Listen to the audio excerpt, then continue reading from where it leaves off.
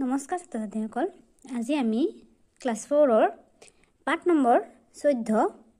গছে যদি খোজ কাঢ়ে নামৰ পাঠটোৰ প্ৰশ্ন উত্তৰসমূহ কৰিম বলচোন আৰম্ভ কৰো ক নম্বৰৰ 1 প্ৰশ্ন দিছে যে পদ্যটোত আমাৰ দৰে গছেও কি কি কৰাৰ কথা কল্পনা কৰা হৈছে ক নম্বৰ উত্তৰটো চোৱা পদ্যটোত আমাৰ দৰে গছেও কথা কোৱা খোজ কঢ়া ফল আনি ঘৰে ঘৰে দিয়া আৰু আমাৰ লগত যোৱাৰ কথা কল্পনা কৰা হৈছে যে গছে যদি খোজ কাঢ়ে তোমাৰ কেনে লাগিব 2 নম্বৰ উত্তৰটো চোৱা গছে যদি খোজ কাঢ়ে আমাৰ বৰ মজা লাগিব আমি লিখিবা উত্তৰটো 3 নম্বৰ আমাৰ মৰম চেনেবোৰ গছে কিহত বান্ধি নিব উত্তৰ লিখিবা আমাৰ মৰম চেনেবোৰ গছে পাতত বান্ধি নিব 4 নম্বৰ হাবি এৰি গছ কাৰ লগত যাব বুলি ভাবা হৈছে উত্তৰ লিখিবা হাবি এৰি গছে মানুহৰ লগত যাব বুলি ভাবা হৈছে দিছে যে আমাৰ লগৰীয়া কোন হ'ব বুলি কোৱা হৈছে আমাৰ লগৰীয়া কোন হ'ব বুলি কোৱা হৈছে উত্তৰ লিখিবা যে গছবোৰ আমাৰ লগৰীয়া হ'ব বুলি কোৱা হৈছে খ নম্বৰৰ 1 সৰু ডাঙৰ গছবোৰ শাৰী পাতি গলে কি হ'ব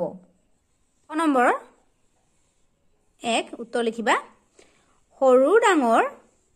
গছবোৰ শাৰী পাতি গলে ৰাস্তাৰ দুয়ো কাষৰ পৰাই লৰাবুৰাই লাগি চাব 2 নম্বৰ হাবি এৰি গছ গুচি গলে কাৰ কি অসুবিধা হ'ব উত্তৰ লিখিবা হাবি এৰি গছবোৰে যদি গুচি যায় তেনেহলে চাইকেল ৰিক্সা গাড়ীবোৰৰ অসুবিধা হ'ব কাৰণ গছবোৰে গাড়ীবোৰক বাট এৰি নিদিব 3 নম্বৰত আছে গছ তোমাৰ ঘৰলৈ আহিলে তুমি কি কৰিবা তো লিখিবা যে গছ আমাৰ ঘৰলৈ আহিলে বৰ মজা হ'ব মই সিহঁতক বহিবলৈ দিম ঘৰৰ ভিতৰত যিহেতু সোমাব নোৱাৰে গতিকে চোতালতে ওখকৈ চকী বনাই বহিবলৈ দিম তাৰপিছত দিছে চোৱা শব্দ সম্ভাৰ আৰু অভিধান চাই তলৰ শব্দবোৰৰ অৰ্থ লিখা ইয়াতে শব্দবোৰ দি দিছে মজা বিলাই লাগি লগৰীয়া ইয়াতে আমি অৰ্থবোৰ লিখি লৈছো মজা মানে আনন্দ সুখ সোৱাদ বিলাই মানে দুৰ্দশা আৰু এটা আছে দুৰৱস্থা লাগি মানে একান্ত মনে চাই থকা বা একেথিৰে লগৰীয়া মানে বন্ধু সংগ বা একেলগে থকা তাৰপিছত যে পদ্যটো গদ্য ৰূপত কোৱা আৰু লিখা আমি বহি লিখি লৈছো এতিয়া পদ্যটো গদ্য ৰূপত লিখিলে এনেকৈ লিখিবা যে কবিতাটোত কবিয়ে কল্পনা কৰিব কৈছে যে গছে যদি আমাৰ দৰে কথা ক'ব পাৰে গছে যদি আমাৰ দৰে খোজ কাঢ়ে কেনে মজা হ'ব গছে যদি ঘৰে ঘৰে ফল আনি দিয়ে তেতিয়া গছে মানুহৰ মৰম চেনেহবোৰ পাতত বান্ধি নিব এনেদৰে গছবোৰ হাবি এৰি যদি মানুহৰ লগত যায় চাইকেল ৰিক্সা গাড়ীবোৰ বিলাই বিপদ নোহোৱা হ'ব সৰু ডাঙৰ গছে যেতিয়া হাৰি পাতি যাব তেতিয়া মানুহবোৰে সেই দৃশ্য দেখি লাগি চাব তেতিয়া বহুত মজা লাগিব তেতিয়া গছবোৰ আমাৰ লগৰীয়া হ'ব এতিয়া দেখিছোৱা যে তলৰ খালী ঠাইবোৰত পদ্যটোৰ পৰা শব্দ বহুৱাই সম্পূৰ্ণ কৰা ইয়াতে পদ্যটোৰ খালী ঠাই দিছে আমি লিখি দিছো চোৱা গছে যদি আমাৰ দৰে পাৰে কথা ক'ব গছে যদি খোজ কাঢ়ে কেনে মজা হ'ব ক নম্বৰ চোৱা সৰু ডাঙৰ গছ মিলি হাৰি পাতি যাব দুয়ো কাষে ল'ৰাবোৰৰ ইয়াতে লিখা আছে দুয়ো কাষে ল'ৰাবোৰাই লাগি চাব গ নম্বৰ চোৱা কেনে মজা হ'ব যে ভাই কেনে মজা হ'ব গছবোৰো আমাৰ দেখোন লগৰীয়া হ'ব এতিয়া চোৱা যে পদ্যত থকা যুক্তাক্ষৰ দুটা ভাঙি দেখুৱাই দুটাকৈ শব্দ লিখা এতিয়া চোৱা আমি লিখি লৈছোঁ ভাঙি পেলাই দুটাকৈ শব্দ লিখি লৈছোঁ এতিয়া কৈ দিছোঁ শুনা ইয়াত আছে কয়হাচ ক আৰু নয়ধান্ধ কয়হাচ ক ভাঙিলে ক যোগ দন্তীয়া হ আৰু নয়ধান্ধ ভাঙিলে ন যোগ ধ নয়ধান্ধ এতিয়া শব্দ দুটাকৈ শব্দ কয়হাচ ক দি পেলাই ৰিক্সা আৰু অক্সিজেন আৰু নয়ধান্ধ দি পেলাই বন্ধু বান্ধৱী তাৰপিছত ইয়াত দিছে চোৱা যুক্তাক্ষৰ গঠন কৰা এইটো হৈছে মূৰ্ধন্য হ যোগ ত যোগ ৰ এতিয়া এইটো গঠন কৰিলে হ'ব সত্যাস ত্ৰ তাত ত্ৰকাৰ এইটো হ'ব ন যোগ ত যোগ ক্ৰ নয়তান্ত তাত ত্ৰ নয়তান্ত্ৰ তাৰপিছত আছে ন যোগ ত যোগ হচৌ নয়তান্ত তাত হচৌ নয়তান্ত ইয়াত আছে চোৱা দন্তীয়া হ যোগ দন্তীয়া ত যোগ ৰ হয় তচ হ যোগ ত যোগ ৰ হয় তচ ত্ৰ তাত মানে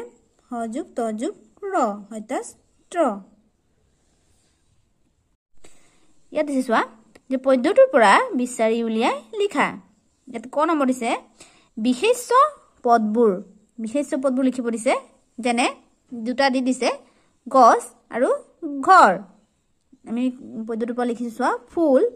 পাত হাবি চাইকেল ৰিক্সা গাড়ী ল'ৰা বুঢ়া তাৰপিছত বিশেষণ পদবোৰ লিখিব দিছে যেনে সৰু ডাঙৰ আমি লিখিছো চোৱা মজা মৰম চেনে বিলাই হাৰি পাতি আৰু লাগি ক্ৰিয়াপদবোৰ কোনবোৰ যেনে ইয়াত দিছে চোৱা কাঢ়ে মানে খোজ কাঢ়ে ক'ব মানে কথা ক'ব মানে আমি ইয়াত দিছে চোৱা আনে নিয়ে যায় যাব হ'ব এতিয়া তাৰ পিছত দিছে চোৱা তাৰপিছত ইয়াত দিছে চোৱা যে তলৰ শব্দবোৰেৰে একোটাকৈ বাক্য লিখা এই শব্দ দি পেলাই বাক্য বনাব দিছে প্ৰথমতে আছে মজা মৰম চেনে বিলাই আৰু লগৰীয়া এতিয়া চোৱা আমি এইকেইটা বাক্য ৰচনাবোৰ আমি বহীত লিখি লৈছোঁ ক নম্বৰ আছে মজা আমি লিখিছোঁ চোৱা যে আম খাই মজা লাগে খ নম্বৰত আছে মৰম চেনে ডাঙৰে সদায় সৰুক মৰম চেনে কৰিব লাগে গ নম্বৰত আছে বিলাই বানপানীয়ে গোটেই অঞ্চলটোৰ খেতি মাৰি মানুহবোৰৰ বিলাই নাইকিয়া কৰিলে গ নম্বৰত আছে লগৰীয়া বিদ্যালয়ত মোৰ বহুত লগৰীয়া আছে এনেকৈ লিখিবা তোমালোকে বেলেগ বেলেগ লিখিব পাৰা এতিয়া দিছে ইয়াত চোৱা দলত আলোচনা কৰি লিখা ক নম্বৰ দিছে গছে আমাক কি কি দিয়ে উত্তৰ লিখিবা ক নম্বৰ উত্তৰ এনেকৈ লিখিবা যে গছে আমাক ফল মূল কাঠ খৰি বতাহ অক্সিজেন ছাঁ আদি দিয়ে খ নম্বৰ গছৰ পৰা আমি কি কি কৰিব পাৰোঁ খ নম্বৰ উত্তৰ লিখিবা গছৰ পৰা আমি চকী মেজ বিছনা খৰাহী পাচি কুলা দৰ্জা আদি তৈয়াৰ কৰিব পাৰোঁ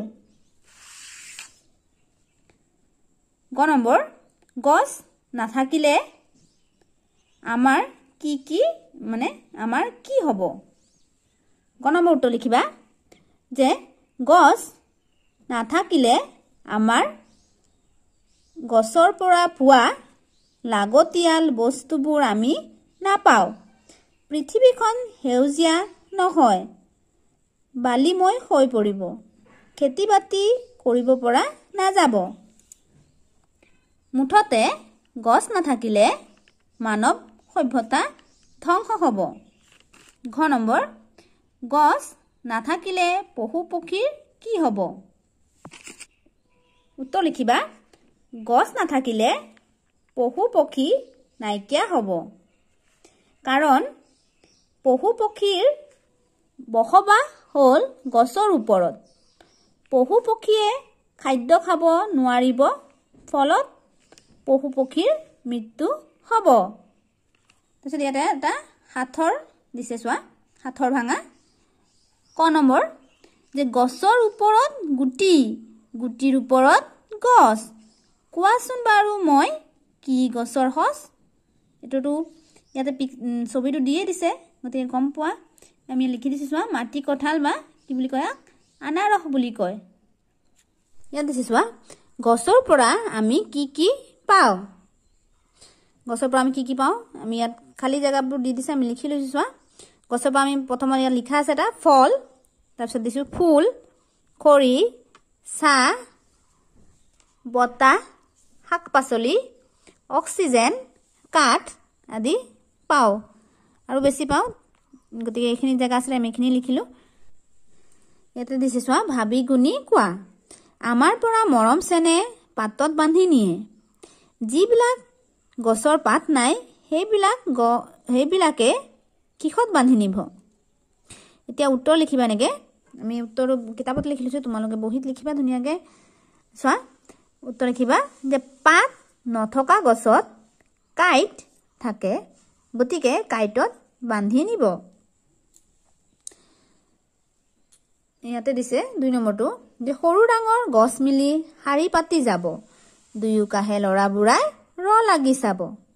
এটা প্ৰশ্নটো দিছে যে ফল ফুল নলগা কাঁইটীয়া গছ যদি তেনেকৈ আহে তেনেহলে কি হ'ব এতিয়া উত্তৰটো এনেকৈ লিখিবা যে ফল ফুল নলগা কাঁইটীয়া গছ যদি তেনেকৈ আহে মানুহ বা জীৱ-জন্তু আঘাত পাব জীৱ-জন্তু বা মানুহ গছক দেখি পলাব লাষ্টৰ শেষৰ প্ৰশ্নটো আছে হাবি এৰি গছ যদি আমাৰ লগত যায় এতিয়া প্ৰশ্নটো আছে যে আশ্ৰয় বিচাৰি অৰণ্যৰ হিংস্ৰ জন্তুবোৰ আহি যদি আমাৰ বাসস্থান পায়হি কি হ'ব এতিয়া উত্তৰ লিখিবা নেকি যে মানুহ আৰু জন্তুৰ সহাৱস্থান হ'লে পৃথিৱীখন স্বৰ্গত পৰিণত হ'ব সকলোৱে এক মন আৰু এক প্ৰাণ লৈ একেলগে বসবাস কৰিব। তো আজিলৈকে ইমানেই। ভিডিঅ'টো ভাল লাগি থাকিলে লাইক কৰি দিবা, কমেণ্ট কৰিবা আৰু বন্ধু বান্ধৱীসকলৰ লগত শ্বেয়াৰ কৰি দিবা। আৰু পৰৱৰ্তী ভিডিঅ' চাবলৈ হ'লে চেনেলটো ছাবস্ক্ৰাইব কৰি ল'বা। ভিডিঅ'টো চাই থকাৰ বাবে ধন্যবাদ।